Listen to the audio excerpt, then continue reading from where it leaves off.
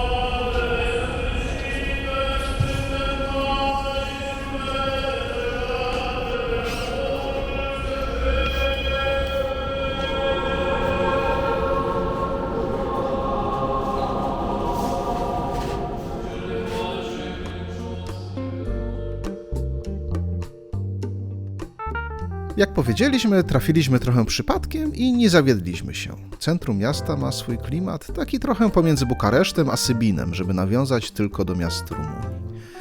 Timișoara leży w samym centrum Banatu, którego jest stolicą i przez wieki była forpocztą Imperium Osmańskiego. Dopiero w początkach XVIII wieku trafiła pod panowanie austriackie, co doskonale widać w architekturze miasta. Dla Rumunów Timișoara to szczególne miejsce, bo to właśnie tu, na Placu Wolności, na stopniach teatru nomen omen zaprojektowanego przez Polaka, Władysława Limanowskiego, 16 grudnia 1989 roku rozpoczęła się rewolucja, zakończona 25 grudnia straceniem Ceausescu. A jeśli chodzi o Timișoarę, to możemy śmiało ją polecić. Może nie tak, żeby tu specjalnie przylatywać, ale jeśli ktoś z Was jest już w Rumunii, to warto wpaść na kawę, przejść się uliczkami i dotknąć historii, także tej w sumie najnowszej.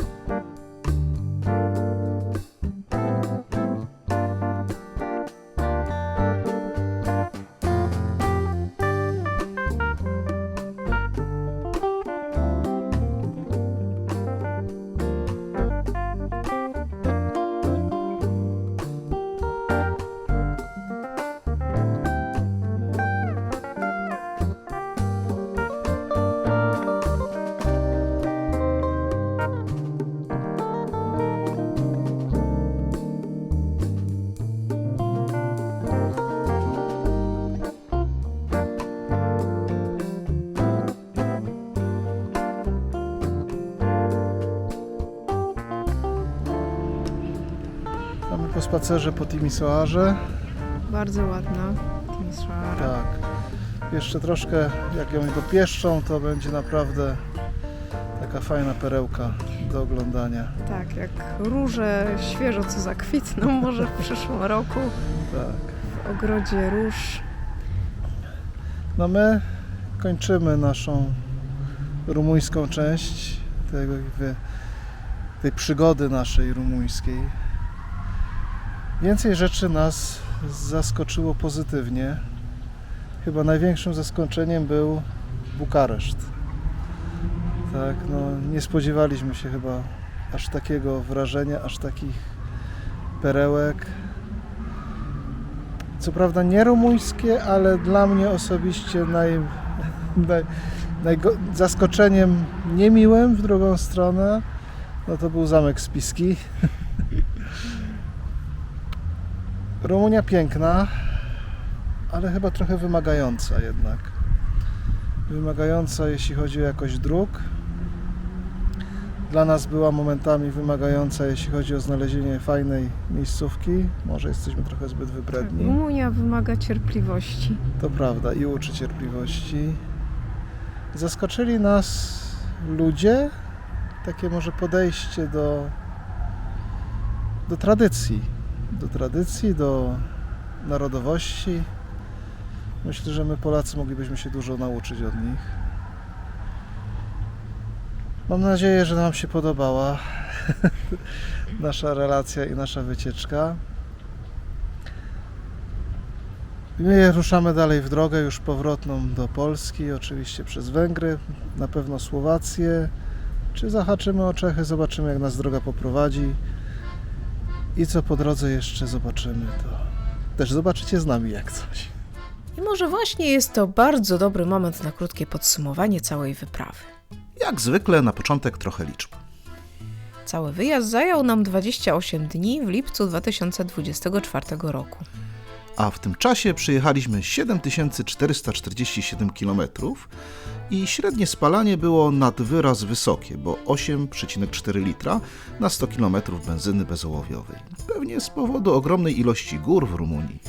Dlatego też nasza średnia prędkość wyniosła tylko 48 km na godzinę.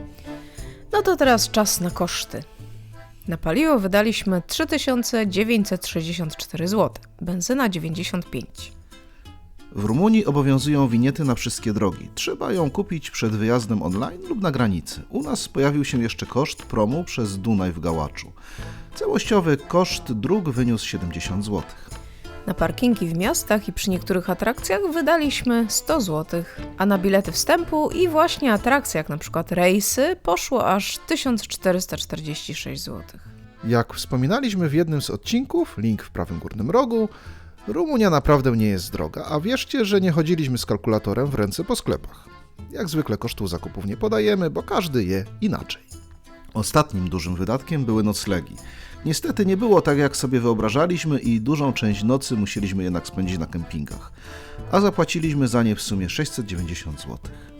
Podsumowując, 4-tygodniowy wyjazd wyniósł nas 6270 zł. Tym razem, ze względu na to, że przewinęły się euro, forinty, złotówki, leje i dinary, wszystko wrzuciliśmy dla ułatwienia do jednego worka w złotówkach.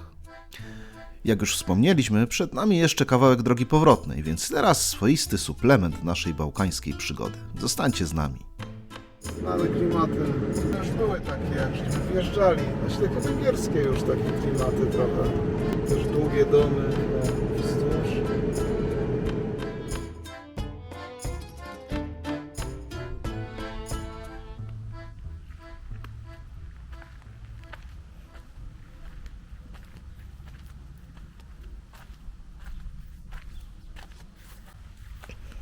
Nie możemy się z Rumunią rozstać.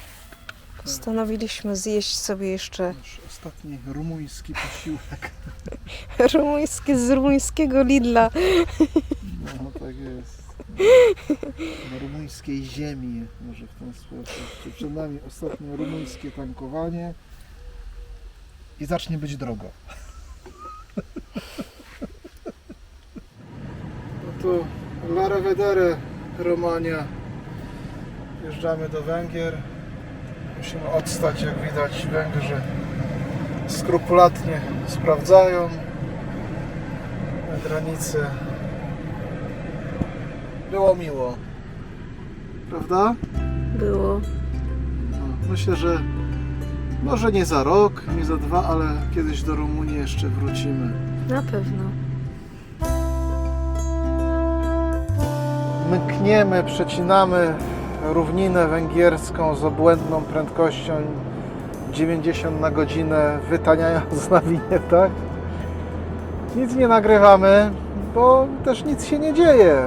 Jedziemy, pola, słoneczniki, łąki, czasem jakieś większe lub mniejsze miasto i jedziemy na Słowację, gdzie będziemy najprawdopodobniej szukać noclegu. Chociaż jak na razie nam to jak zwykle średnio idzie. Więc zobaczymy, co dalej.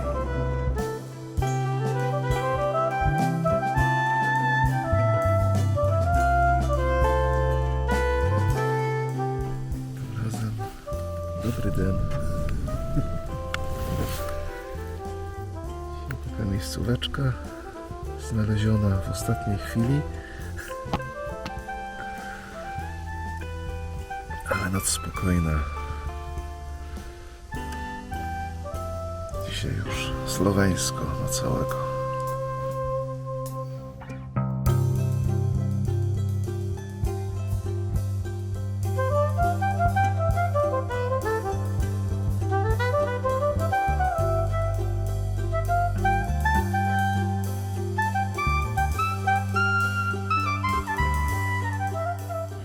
My znowu w górach.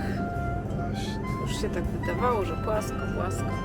No, przecież wiadomo, Słowacja, wiadomo jaka jest. Dokładnie, Słowacja, kawałek później Czech. A z Czech do Polski też trzeba będzie, chyba przez Beskid będziemy przejeżdżać tym razem. No tak, cieszę do Beskid.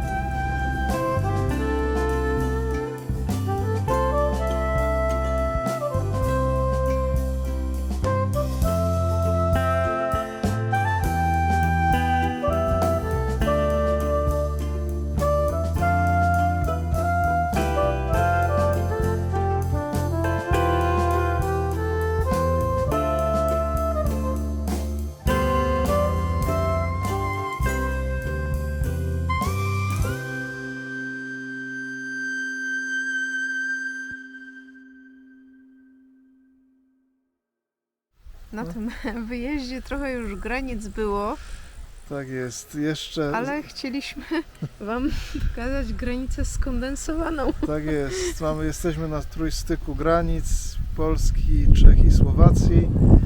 Trochę inaczej sobie to wyobrażaliśmy, a jak wygląda, zobaczcie sami. Ja sobie tak to wyobrażałem, że będzie jakiś jeden taki, powiedzmy, granitowy obelisk, dookoła oczywiście tabliczki, a tutaj widać, że każdy kraj ma swój obelisk i nie wiem, co tak do końca o tym myśleć, czy to... A to co w środku, to nie wiem czyje. No właśnie, więc no się pewnie na rzece jest tutaj ten trójstyk, ale myślałem, że jakieś takie umowne coś będzie jakoś wystawiać, a nic nie ma takiego. Więc jesteśmy teraz przy polskim obelisku, zaraz podejdziemy do następnego.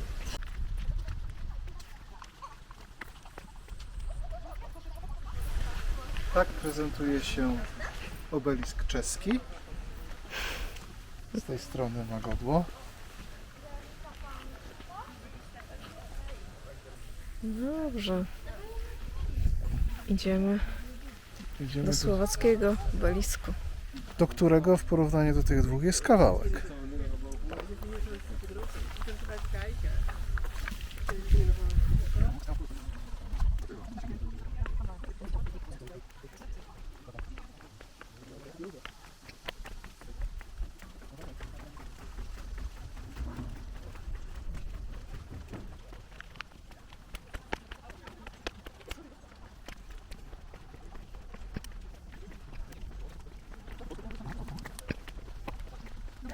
Granice granicami, a krajobraz Oczywiście. się zaciera, wiadomo. Znaczy granica w krajobrazie się zaciera. I niebo błękitne nade mną, tak? Taka to sobie ciekawostka. Tak jest, oczywiście takich trójstyków w granicach Polski jest kilka. Natomiast każdy z tych krajów, tak jak widzieliśmy, też był pokazany trójstyk tutaj przed chwilą słowacki. Natomiast no ten jest taki właśnie.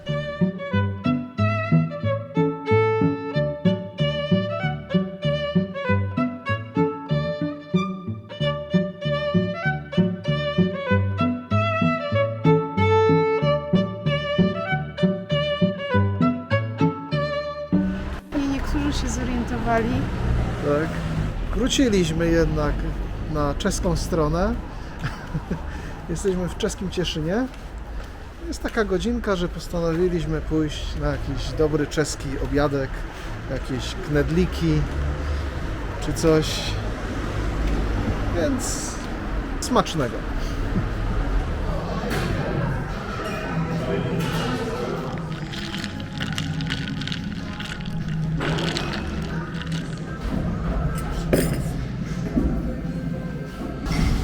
Kaczuszka z knedlikami i z kapustką czerwoną. Z różnymi knedlikami. Rzeczywiście. Różne rodzaje. Tak, a ja mam mięso w placku, mięso ogniste, tak było nazwane, bogato cebulką przystrojone, więc smacznego.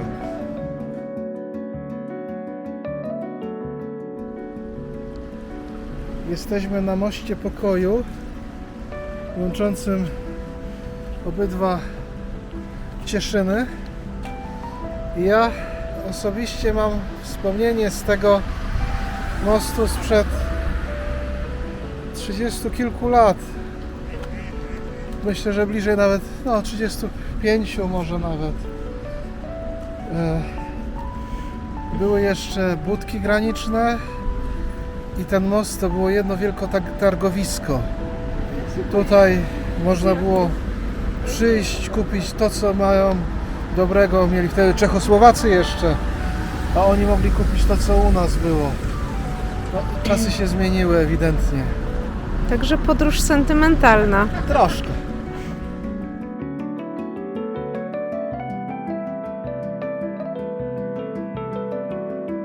Dzieje obecnego Cieszyna sięgają początków IX wieku i związana jest z nimi legenda, o której opowiemy jeszcze w trakcie spaceru. Jednak wcześniej istniał tzw. Stary Cieszyn, złupiony doszczętnie przez wojska wielkomorawskie. Zalążkiem miejscowości jest wzgórze zamkowe, na którym przetrwał jeden z najważniejszych zabytków architektury romańskiej w Polsce. XI-wieczna rotunda, będąca kaplicą. Chyba każdemu znany budynek z dwóch dych. Cieszyn na przestrzeni lat należał do księstwa raciborskiego, opolskiego, śląskiego, aż w 1290 roku stał się stolicą samodzielnego księstwa cieszyńskiego z własną dynastią piastowską, która panowała tu do połowy XVII wieku. Na przestrzeni lat Cieszyn podlegał koronie polskiej, a później czeskiej. I tak miasto trwało niepodzielnie aż do 1918 roku. Wtedy to nastąpił podział miasta na część polską i czeską. Jak można się domyślić, mimo początkowo pokojowego rozwiązania skończyło się na wojnie polsko-czeskiej. I tak jak cała część Zaolzia, Cieszyn stał się Zadrą w naszych sąsiedzkich relacjach. Na szczęście dzisiaj możemy wybrać się najpierw na pysznego Radagasta i fantastyczne knedliczki, a potem na kawę na rynku.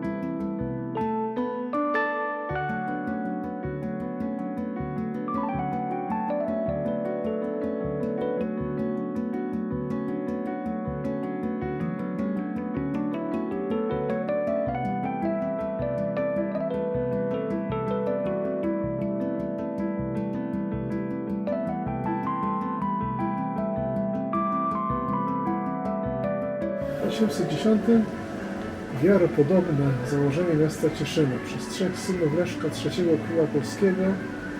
3 bracia książęta, Bolko, Leszko i Cieszko, zeszli się po długiej wędrówce przy tym źródle i ciesząc się zbudowali na pamiątkę miasto, które miano Cieszyn otrzymał.